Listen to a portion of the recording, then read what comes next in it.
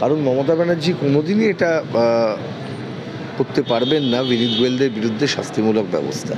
আমরা আগে দেখেছি পুলিশ রাজনৈতিক দলের নেতাদের কথায় যায়। আমাদের কলকাতাতে রাজনৈতিক দলের নেতাকে পুলিশ ডেকে রাস্তায় ধর্নায় বসায়। এটা ডাকবে, এই মামলায় ডাকতে হবে।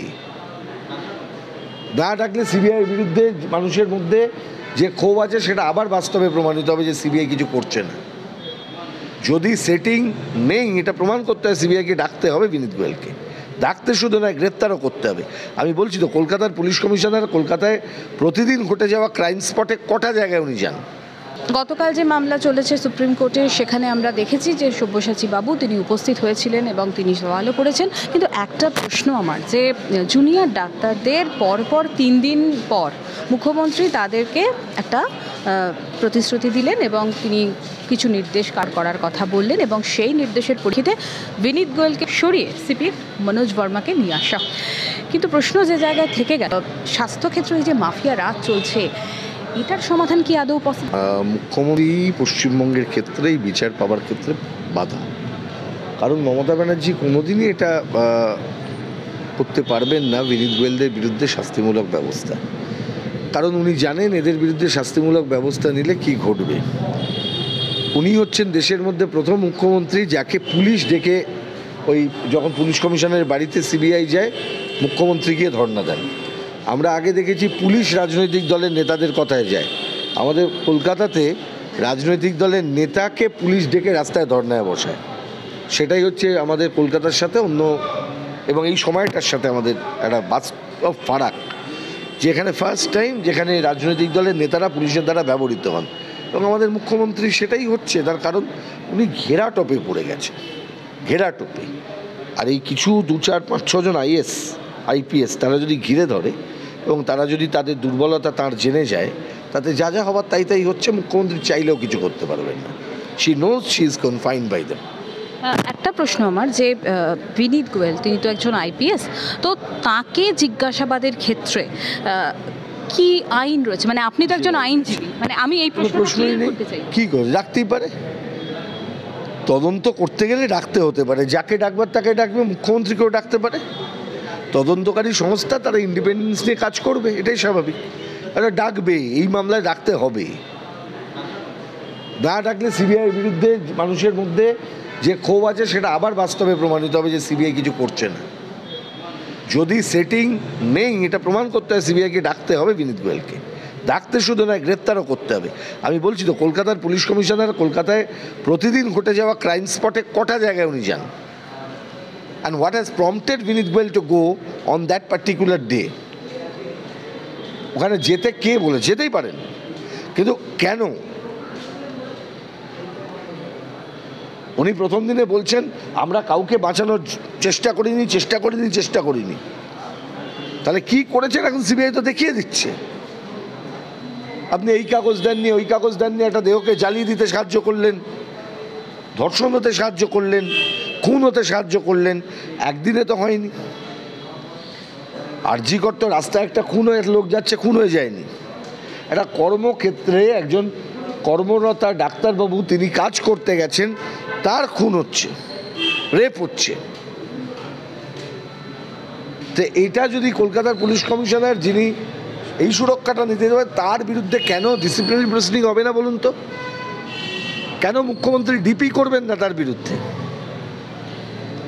জুনিয়র ডাক্তারদের লাইভ স্ট্রিমিংয়ের দাবি মানা হলো না, নারায়ণ স্বরূপ নিগম যিনি স্বাস্থ্য সচিব তাকে সরানো হলো না, কিছু পদের ওলট পালট করা হলো। আসলে কি জাস্টিস? আমি আবার বললাম যে মমতা ব্যানার্জির অস্তিত্বটাই হচ্ছে জাস্টিস ডেলিভারি সিস্টেম পশ্চিমবাংলা এই কেসে তার সবচেয়ে বড় প্রেডিকামেন্ট। ওনাকে জেলের বাইরে রেখে এই মামলা সম্পূর্ণ তদন্ত করা যাবে না। শুভসাচিদা, আমার আরেকটা প্রশ্ন, সেটা হচ্ছে যে গতকাল আপনি যখন সুপ্রিম কোর্টে ছিলেন, বিচারপতি তিনি নিজে বলেছেন সিবিআই যে মুখ বন্ধ খাম দিয়েছেন, সেই খাম পড়ে বিচারপতি বলেছেন যে তিনি বিচলিত। এরকম মানে অভিজ্ঞতা কি আপনার কখনো হয়েছে? মানে আমি যেন না হয়, এরকম অভিজ্ঞতা কেন হবে? এই প্রথম তো হচ্ছে বলেই মানুষ জনজাগরণ ঘটেছে। জনজাগরণ যখন শুরু হয় না, আমাদের যত বড় অস্তিত্বই হোক না কেন, সে রাজনৈতিক অস্তিত্ব হোক আর যে অস্তিত্ব সেটা খুব ছোট ক্ষুদ্র, এই রকম একটা অভিজ্ঞতা যে সুপ্রিম কোর্টের 3 বিচারপতির বেঞ্চকে বিচলিত করছে, এমন কিছু উঠে আসছে রিপোর্টে, এরকম একটা পরিস্থিতি তৈরি হবে কেন? তার আগে কেন মুখ্যমন্ত্রী সিচুয়েশনকে টেক কেয়ার করবেন না? কারণ তিনি পারবেন না, আবার তিনি ঘেরাটোপে আছেন, সেই জন্য পারবেন। অভিজিৎ মণ্ডলকে গ্রেফতার করা হলো, তলার ওটা বোর্ডে গ্রেফতার করে কোনো লাভ নেই, মাথা গ্রেফতার করতে হবে, মাথা গ্রেফতার করতে হবে, যে মাথারা তদন্তের ক্ষেত্রে প্রেডিকামেন্ট এই মুহূর্তে। তো ট্যাম্পারিংয়ের মামলাটারও তদন্ত করতে হচ্ছে, যখন ঘটনার অভিযোগ ট্যাম্পার হয়ে ওয়াইপড আউট হয়ে যায় তখন করতে হয়। ট্যাম্পারিংয়ের ঘটনা তদন্ত করে তারপর এটাই যেতে হয়, তাহলে ফুটস্টেপগুলো পরপর পরপর ধরা পড়ে যে কী হয়েছে।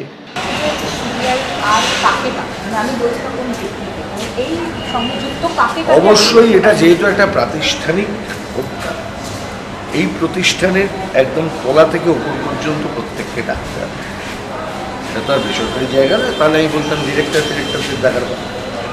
স্বাভাবিক এখানে এটা মেডিকেল কলেজের হসপিটাল, প্রিন্সিপাল ধরা পড়েছে, প্রিন্সিপালের সঙ্গে সঙ্গে প্রিন্সিপালের আশেপাশের লোকজন ধরা পড়েছে, ওসি ধরা পড়েছে। ওসি তো একা একা করেননি, ওসি নিশ্চয়ই কোনো স্টেটমেন্ট দিচ্ছেন, তারপর যারা ধরা পড়ার তারাও নিশ্চিত একা একা করেননি। আরও স্পটে যারা উপস্থিত ছিলেন বিনীত গোয়েল সহ তাদের নিশ্চয়ই দেখা হবে, তারাও নিশ্চয়ই নিজে নিজে করেননি। বিনীত গোয়েলের সুখে থাকতে কারণ ঘুরে তুলে এমনি সেখানে চলে যাননি, ওপর থেকে নিশ্চয়ই কোনো চাপ ছিল। চাপটা কার খুঁজে বার করতে হবে, কে ইন্টারেস্টেড ছিল? আরজি করে এই টাকার লেনদেনের গল্প বেরিয়ে গেলে কার বাড়াভাতে ছাই পড়ত, খুঁজে বার করুন, খবর পেয়ে যাবে। কার নির্দেশে প্রিন্সিপাল সেক্রেটারি হেলথ সন্দীপ ঘোষের ট্রান্সফার অর্ডার হয়ে যাওয়ার পরেও আগে বাতিল করেছে? প্রিন্সিপাল সেক্রেটারি নিশ্চয়ই আমার কথায় চলবে না, আপনার কথায় চলবে না। প্রিন্সিপাল সেক্রেটারিকে নির্দেশ দিতে পারেন শুধুমাত্র একজন ব্যক্তি, কে ব্যক্তি তাকে খুঁজে বার করুন, সাংবিধানিক স্ট্রাকচারের জানেন।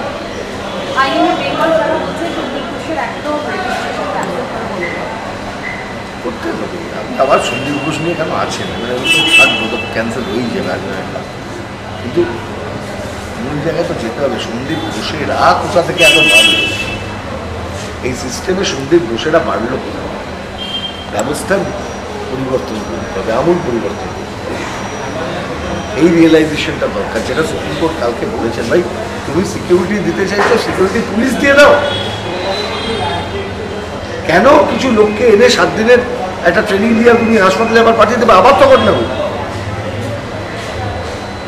এখানে ধরা, তুমি তো অভিজ্ঞতা থেকে শিক্ষাও দিলে না বাবা। তোমার ধরা পড়লে একটা সিভিক ভলেন্টিয়ার যে কলকাতা পুলিশের বাইক ব্যবহার করছে, এত বড় নারকীয় কাণ্ড ঘটে গেল, তুমি তার থেকে শিক্ষা নিলে? তুমি সুপ্রিম কোর্টে হলফনামা দিয়ে বলছো যে আমরা বিভিন্ন সিকিউরিটি এজেন্সির মাধ্যমে কিছু লোককে ট্রেনিং দিয়ে আমরা ওখানে সিকিউরিটি দেবো। কেন পুলিশ নয়? আমার স্টাফ নেই, রিক্রুটমেন্ট কেন করেনি বাবা 13 বছর ধরে? সরকারটাকে তুমি উঠিয়ে দেবে, ক্লাব বানিয়ে দেবে, রিক্রুটমেন্ট করবে না বছর বছর, পুলিশের সব পদ খালি থাকবে, আর কাজটা আমি সিভিক ভলেন্টিয়ার্স দিয়ে করাবার, তারপর সুবিধে না এটা করে বলি পাঁঠা চট করে পেয়ে যায়। আমার মতো হয় যেটা শুধু পাঁঠা খোঁজেন বিভিন্ন সময়। যে আন্দোলন আমরা দেখছি, আজকের দিন যে গণজাগরণ দেখছি, এটা আমরা এত বছরে এরকম দেখিনি। তো এই আন্দোলনটা কতদিন এই অবস্থায় থাকবে? মানুষ জাগছেন তো, আমি আবার বললাম, এই আন্দোলনটা সবচেয়ে পজিটিভ দিক হচ্ছে এই আন্দোলনটা মানুষ করছে। বাংলার সামাজিক যে অবক্ষয় গত 1 দশকের বেশি সময় ধরে চলে আসছে, বাংলার মেরুদণ্ডটা ক্রমশ হারিয়ে যাচ্ছে, এটা মেরুদণ্ড ফিরে পাওয়ার একটা আন্দোলন। যেসব মানুষ এই রাত্রিবেলা বেরোচ্ছেন তাদের কোথাও না কোথাও একটা জ্বালা আছে, সেই জ্বালার জায়গা থেকে বেরোচ্ছে। এবং আপনি যদি বলেন যে আপনারা কিছু করতে পারছেন না, মানে আমি তো রাজনৈতিক দল করি, রাজনৈতিক দলেরা যা পারে তার অনেক বেশি দাবি নিয়ে সোচ্চারে মানুষ বেরিয়ে আসছে, এবং সেটাই সত্য, সেটাকে স্বীকৃতি দিতে হবে, তবেই এটা গণ আন্দোলন হচ্ছে। একটা সাংস্কৃতিক পরিবর্তন দেখতে পাচ্ছি। দুর্গাপুজো কদিন বাকি? 2 সপ্তাহ। সপ্তাহে 2-3 সপ্তাহ বাকি আছে। আপনি ভাবুন এখনো পর্যন্ত অন্য বছরগুলোর মতো, এমনকি কোভিডের বছরগুলোর সঙ্গে পরিস্থিতি কি স্বাভাবিক হয়েছে? কোথাও না কোথাও তো একটা ধাক্কা লেগেছে মানুষের মধ্যে। এই যে বিভিন্ন ভেদ করার চেষ্টা হচ্ছে, বলছে গ্রাম শহর গরিব বড়। আচ্ছা, রেপ কালচারটা কেন বাড়ছে পশ্চিমবঙ্গে বলুন? রেপ তো শুধু শারীরিক রেপ, বাংলায় মহিলাদের অবস্থান কোন জায়গায় যাচ্ছে, আর এই অবস্থানের জন্য দায়ী কারা? এই অবস্থানের জন্য দায়ী তারা যারা কোনো একজন মানুষের হাতে একটা 200-500 টাকার নোট নিয়ে দাঁড় করিয়ে দিয়ে ছবিটা দিয়ে বলে আমি অমুক ভান্ডারের টাকা পেয়েছি তাই আমার ভোট দিতে হবে। টাকাতে যারা মাপেন সবকিছু, এই সংস্কৃতিটাকে পরাস্ত করতে হবে। ধর্ষণের সংস্কৃতি। আর যদি সরকার যদি এরকম ধর্ষক মনোভাবাপন্ন না হয়, তাহলে এই ধরনের একটা সার্কুলার করা যায় না, যে সার্কুলারে বলছেন মেয়েদেরকে রাত্রিবেলা কম কাজ দেওয়া। তা আপনি মশাই আছেন কেন? বাকি মেয়েদের কম কাজ দেওয়া হবে সেটা পরে, আপনি তাকে কাজটা ছেড়ে রিটায়ার করুন।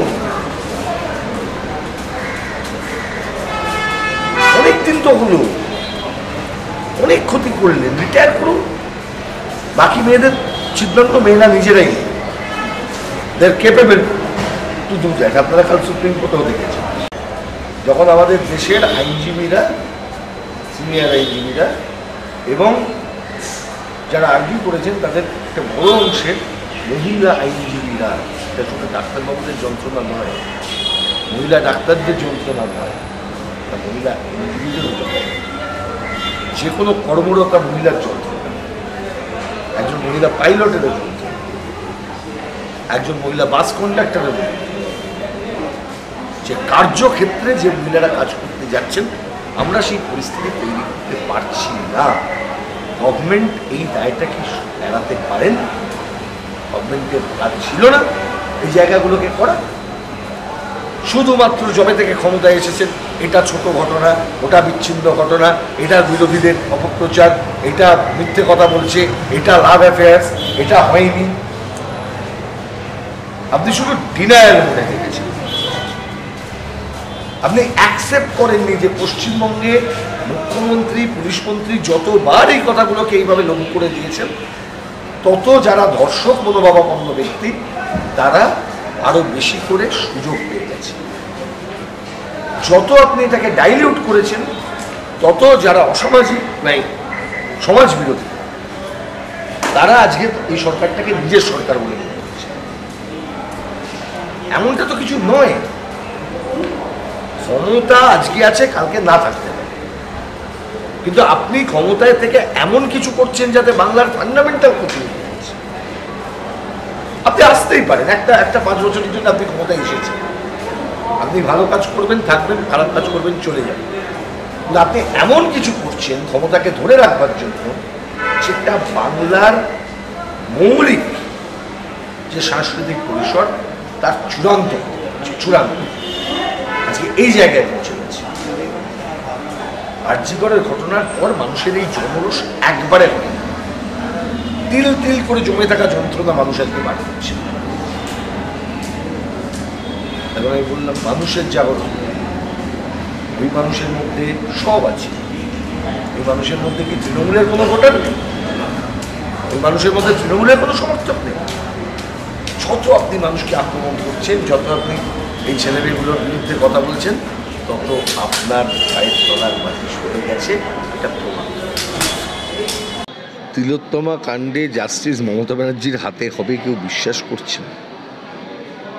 কি করে হবে বলুন তো? মমতা ব্যানার্জি জানতেন না, বা মমতা ব্যানার্জি অস্বীকার করতে পারবেন যে ওই যেদিন ঘটনা ঘটেছিল তার পরের দিন সকালবেলা ওখানে কলকাতা পুলিশের সিপি উপস্থিত ছিলেন?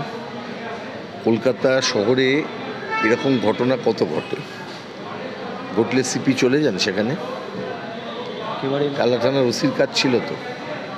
সেখানে ওই ডিসি যাওয়ার কথা ছিল, ডিসি নর্থের, তিনি কেন রইলেন? প্রশ্ন তো আসবে। স্বাভাবিক নিয়মেই মমতা ব্যানার্জি জাস্টিস দেবেন এটা যারা ভাবছেন তারা ভুল করছেন। মমতা ব্যানার্জি এই ক্ষেত্রে একজন অ্যাকিউজড, সম্ভাব্য অ্যাকিউজড। কে জানে মমতা ব্যানার্জি নির্দেশ দিয়েছেন কিনা? সিপি ওখানে কেন গেলেন সাডেনলি? তাহলে তার জন্য তো সিপিকে জিজ্ঞাসাবাদের পর্যায়ে পৌঁছতে হবে। কে জানে মমতা ব্যানার্জি 7 দিনের মধ্যে বলেছিলেন যে যদি সমাধান না করতে পারি তাহলে সিবিআইকে দিয়ে দেবো। কে জানে 7 দিনের মধ্যে উনি আর কি পরিকল্পনা করেছিলেন। মন্ত্রী কি তার দায় অস্বীকার করতে পারেন? তাহলে যেটা দাঁড়ালো, সে বিচারের পক্ষে প্রথম প্রতিবন্ধকতা হচ্ছে Mamata Banerjee as a chief minister, তার উপস্থিতি। আমরা বলেছি এটা যে দফা 1 দাবি 1 মুখ্যমন্ত্রীর পদত্যাগ, এবং এটা তার জাস্টিফিকেশনটা আস্তে আস্তে করে মানুষও বলবে। সবাই তো সিপির পদত্যাগ অবধি বলছেন, এখনো পর্যন্ত মানুষ মুখ্যমন্ত্রী, পুলিশ মন্ত্রী, স্বাস্থ্যমন্ত্রী পদত্যাগের কথাটা পলিটিক্যাল পার্টি হিসেবে আমরা বলেছি, পলিটিক্যাল ফোর্স বলছি, কিন্তু মানুষ এখনো পর্যন্ত সেইভাবে বলতে শুরু করেননি। কিন্তু মানুষ বুঝতে পারছেন যে সিপি তো ইন্ডিপেন্ডেন্ট কেউ নন। আর কলকাতা শহরে সিপি যে প্রতিটা আত্মহত্যার ঘটনা ঘটলে, প্রতিটা ক্রাইম ঘটলে সেখানে সিপি স্পটে চলে যান, হয় নাকি? What has prompted the CP to go there on that day? তারপরে এত এভিডেন্স ট্যাম্পারিংয়ের কথা আসছে, দেরি করে পোস্টমর্টমের কথা আসছে, তারপর 4টের পর গিয়ে সেটা মানে জোর করে পোস্টমর্টম করে নেওয়া। প্রায় পরিবার বলেছে যে আমরা সেকেন্ড পোস্টমর্টম করবো, তখন এই ওসি বলেছেন না, সত্যি মিথ্যে তদন্ত হবে। এটা তো লজ্জা, বাহিনীর লজ্জা যে একজন ওসি কলকাতা পুলিশের, সে জেলে। ওসি তো ইন্ডিপেন্ডেন্ট, ওকে যদি বলির পাঠা করা হয় তাহলে অন্য বিষয়, কিন্তু ওসি তো একা কাজ করতে পারেন না। তার উপরে যারা যারা আছেন তারা সকলকে ডাকা উচিত। Vineet Goel must be arrested in this case, তারপরেই পরবর্তী এটা পাওয়া যাবে। আচ্ছা, মুখ্যমন্ত্রী মমতা ব্যানার্জি যদি পদত্যাগ করে দেন তাহলে তো তিনি বেঁচেই যাবেন, রাজ্যটা বেঁচে যাবে, রাজ্যটা বেঁচে যাবে। আর উনি পদত্যাগ করবেন মানে আমি ব্যাপারটা যা ওনাকে যা চিনেছি, দেখেছি, এরা আসলে তো ক্যারেক্টার থেকে মতো যা যা অন্যদের সম্পর্কে বলে আসলে তারা ওটাই। এদের যা কী করে দেখছেন তো, ওই সব একটা বুড়োদের পার্টি, সৌগত রায় ওই পার্টির নেতা, বয়স্ক বয়স্ক লোকজন সব। আর আপনারা তো দেখতে পান না, আপনারা তো তৃণমূলের সাদা চুল দেখতে পান না। সৌগত রায় যখন তুললেন প্রশ্নটা, তখন বলি সৌগত রায় বলছেন যে যারা জুনিয়র ডাক্তাররা আন্দোলন করছে তারা নাকি বিপ্লবী হয়েছে। অবশ্যই বিপ্লবী হয়েছে। যখন একটি প্রজন্ম ধুতি পাঞ্জাবি করে ঠুনকা নেচে মানুষকে বোকা বানিয়ে ভোট লুট করিয়ে ভোটে জেতার একটা সংস্কৃতি তৈরি করে, এই সংস্কৃতিকে ভাঙার জন্য বিপ্লবীদেরই প্রয়োজন হয়। ওরা অপদার্থ টাকা নিয়ে থ্যাংক ইউ বলা, ওই রকম মুখ লুকানো ভদ্রলোকেদের কোনো প্রয়োজন নেই। আমার শেষ প্রশ্ন স্যার, বলছি যে আপনি এই আন্দোলনে আমার যতদূর ধারণা, আপনি কি গেছেন ওখানে যারা আন্দোলন করছেন বা যারা ওখানে বসে আছে, তাদেরকে কি দেখে একবারও মনে হচ্ছে যে তারা কোটিপতি? আমি প্রথমত একটি কথা বলি, এই যে আন্দোলনটা মানুষের আন্দোলন। মানুষের আন্দোলন যখন শুরু হয় তখন যত বড়ই রাজনৈতিক নেতা হোক না কেন, রাজনৈতিক দলের লোক হোক না কেন, তারা থাকলেন কি না থাকলেন সেটা ইনসিগনিফিকেন্ট হয়। 1, 2, আমাকে যদি জিজ্ঞেস করেন আপনি ওখানে গেছিলেন কি না, আমি খুব পরিষ্কার কারণেই তাদের আন্দোলনটা তারাই করছেন, সেখানে রাজনীতির লোকেদের ওই মঞ্চে গিয়ে বক্তৃতা করার প্রয়োজনীয়তা নেই। আমি আবার বললাম, মানুষ যেখানে আন্দোলনকে সমর্থন করছেন, ডাক্তারবাবুরা যেখানে আন্দোলন করছেন, তারাই এটা করতে পারেন, তারাই আন্দোলনটি করছেন। আর এখানে কে কোটিপতি আর কে গরিব সেটা বড় কথা নয়। নিরাপত্তা দুজনেরই বিঘ্নিত হয়েছে। নিরাপত্তা যদি যায়, যদি মেয়ে ধর্ষিতা হয়, তাহলে কোটিপতির মেয়েও ধর্ষিত হতে পারে আর গরিবের মেয়েও ধর্ষিত হতে পারে।